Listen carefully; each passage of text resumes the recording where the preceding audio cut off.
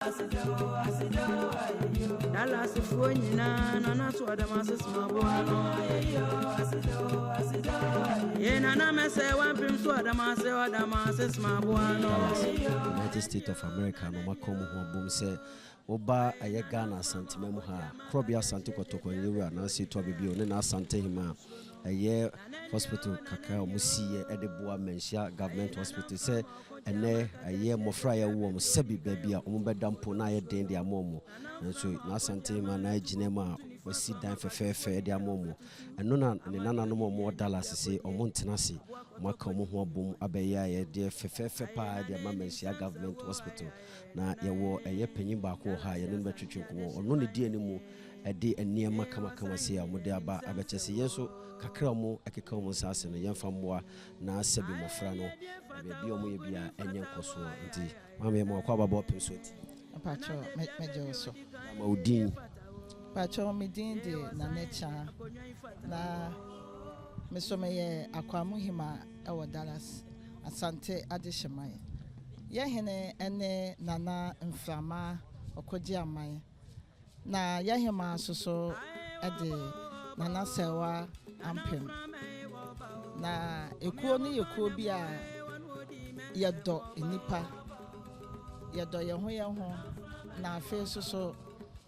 ye pese ye boa nyankopon adom na yeso yakofiri duani kurom no emo bi esese ye de beboa ye man bia no ye beba beye e de aboa ye man amai no so atumpon enti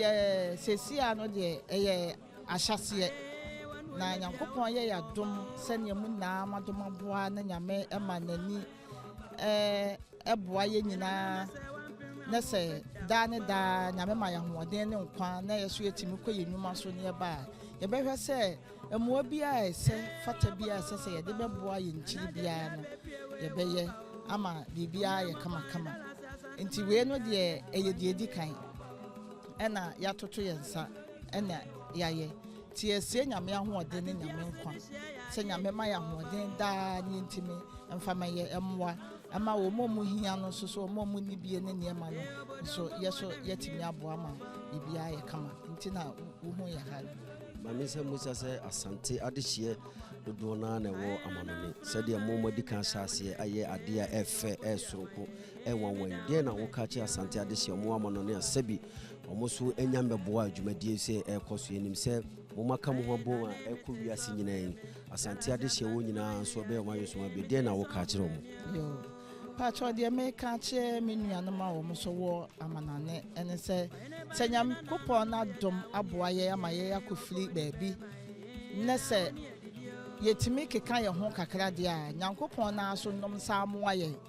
na kakra na ye benya no yeso entimi famra ye nchi emeboa ma ye nchi no so entimi ntumpon kakra bia ensha bibia ye beye bia aboa ma ye man no aye du bia no yesere se obia enye sa dom no nyame no so hye ye ma no ma ye sa hoden no na yentimi enye da bia emwa ma yenchire no enso nye from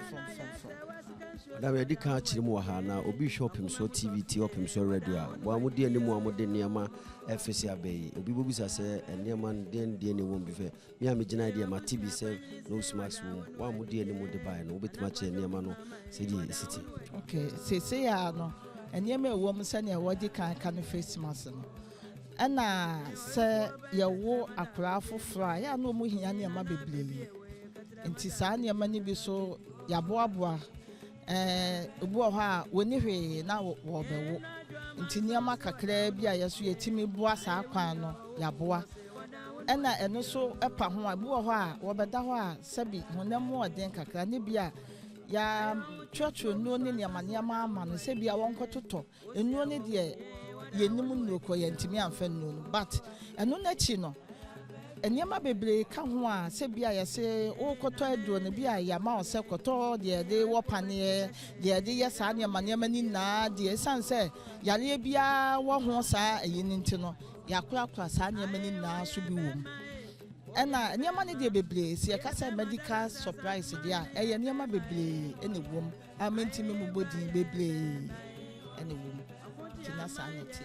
much ya beda sepa se motimi adwene Asante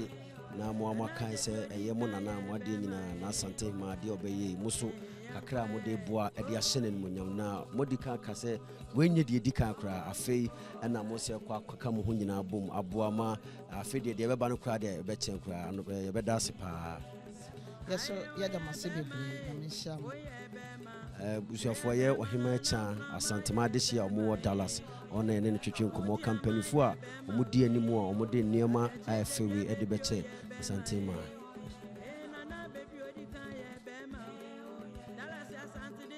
for ye ne Dr. Mike Opoku e twetwe nkomo ono so ba Manhyia Gov't Hospital odimu ye ha pa ye musa doctor say eniema we a ye de abeche omo sen eno mo siso mo fa na sen na besi aboa hospital no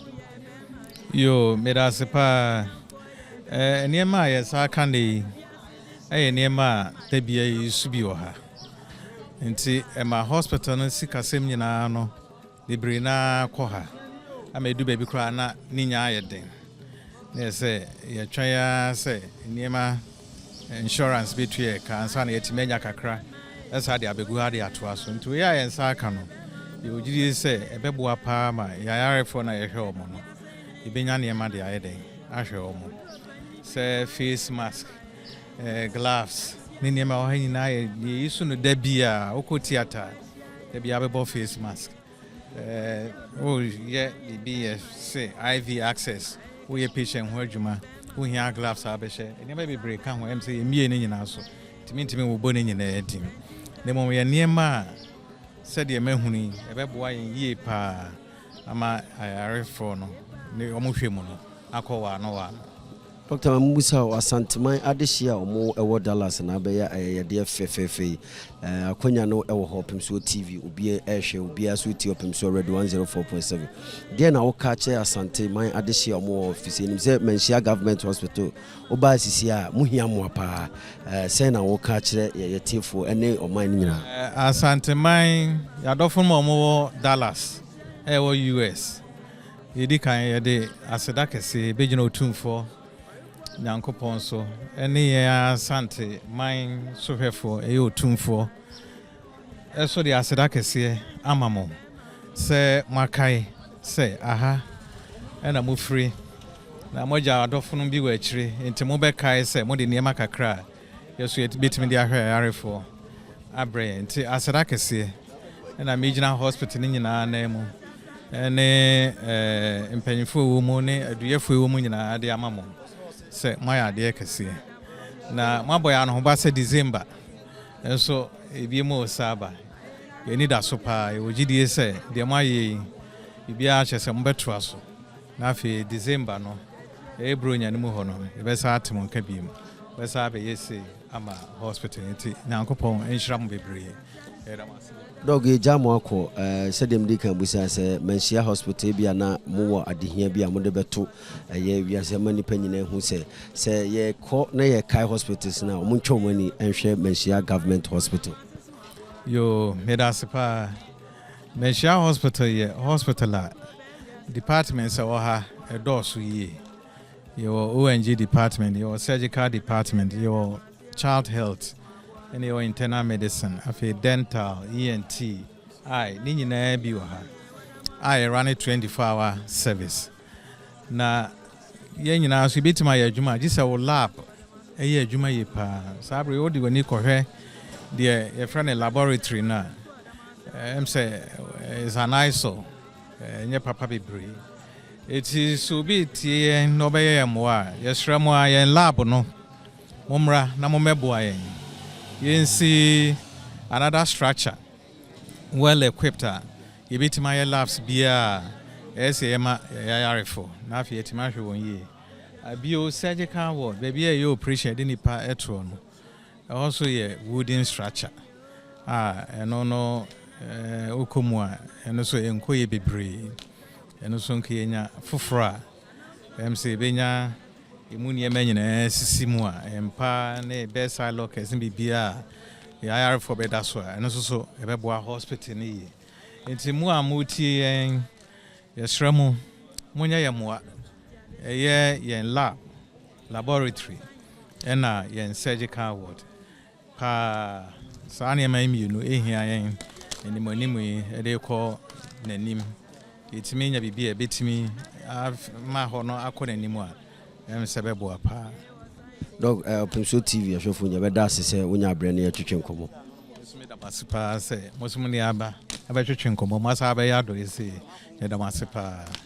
abusuafo ne doctor a work Manhyia Gov't Hospital a ono enso a company for mo ha ne ne twetwe nkomo omo de amade se de so ato ye Opemsuo TV anim se Asanteman de hia omo wo amanoni nyina no so omo kaya omo so enkai Manhyia Gov't Hospital ne titiru ene omo lab no ya de hi omo ye papa ene ba bia ye operation ho so adofo bedom omo a omo hia mpa ne sa ne ma na beboa amomu dwumade nyina akoso no nti ye ne doctor ene twetwe enkomo no yenya eye otumfo kirema eye mia menua bonsu ade fefe ne course wo Manhyia District Hospital no ono anadama ene ohwema bibia ekoso a eye Asanteman de hia omo Dallas United States of America omo repa wo ha ototo bibia yese sebi Manhyia District Hospital emoa na Asanteman de abo omo no se adefefewe baso dia na yemfamra Manhyia District Hospital nti yenya bonsu ha emu nchiremu nyina no wadama wode bema ye ne hu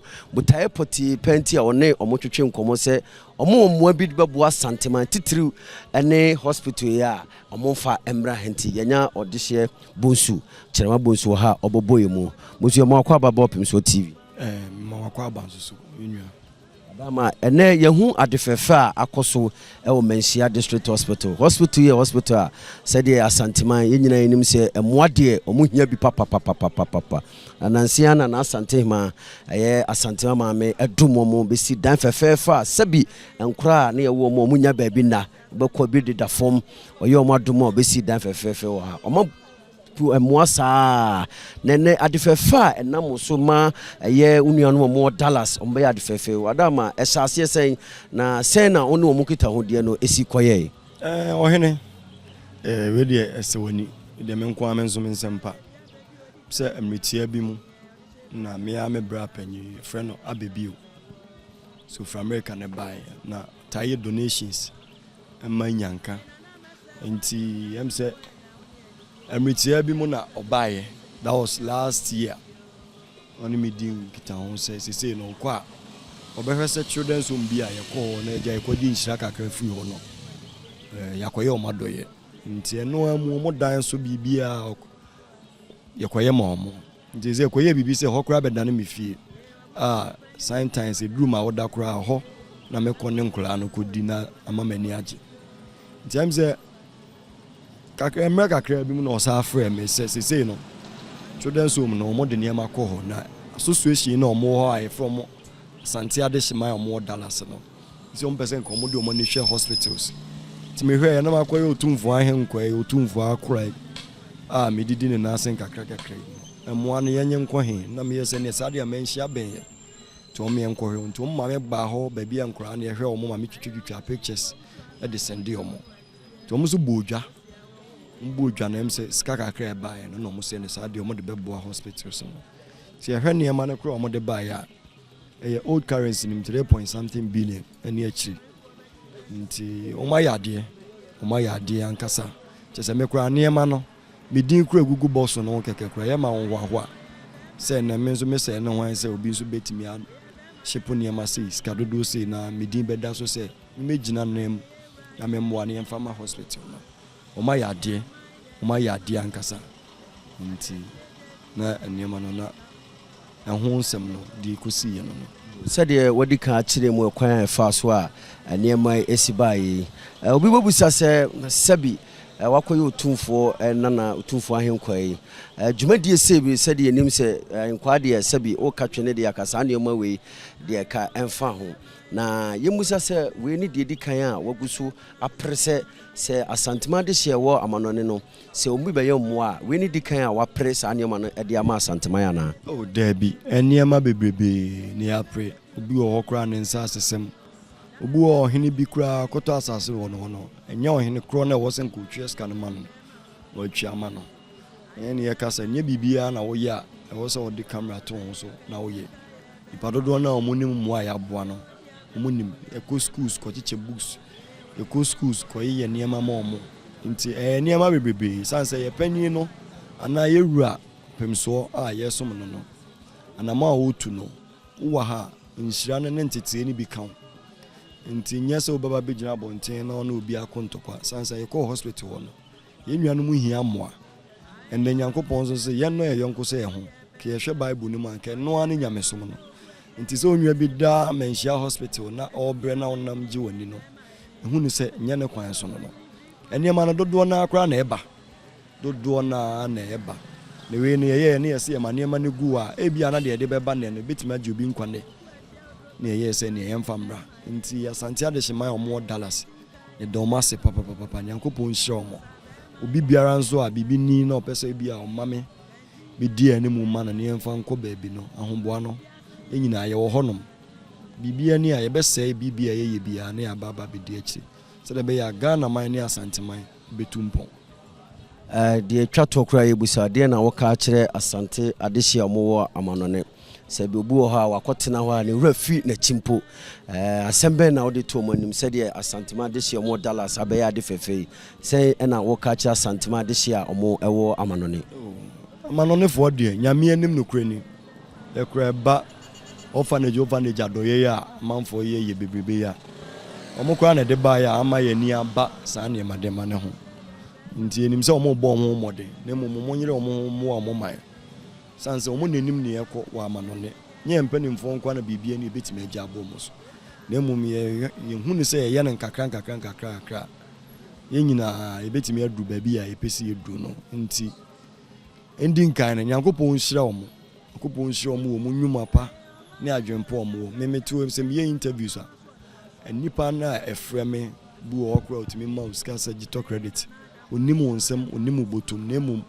ohun adekron kekekra na oye na ohun se owotema ema de oye no nti abrochirefo de ye da omase se Nyankopɔn tokoso na omo onto omo nsem to nhyirangu omadwuma so se de be ye omo nuanom a ewo ha ahia moa no e bia omo de omo ni besi omo so abo omo e de omase ochirema bonsu ye beda wase pa se yekoye nyina ekuhu bi se enema ye de ba nyina wodin enegu ho we kire gidie soronko a eye ekuo no ewo wo mu ne ebesere se obekoso a na omo anyansa woso adi nkomo se Manhyia District Hospital de moa se de ne panyipa ba akotwetwe nkomo no se ade se ha omo kese pa omo lab omo sere ene ba bi omo ye operation omo sere adofo se obia emabo amenti se woni omo twetwe nkomo a wadama na oso wakai omo se omo koso a ye ba na pictures no ho nyina mko yitwa pictures ni bi na de edi kan ben ni machines akese na ngasa de December ombeba na we nso so enya afefe de ayaresa ho hia nti so de bibi beba wo se ko Manhyia ne de kosi yewura so de kosi na ema so nyamfa so ni so sisi ye de ne ema ya ben na ema abofo begina ya nem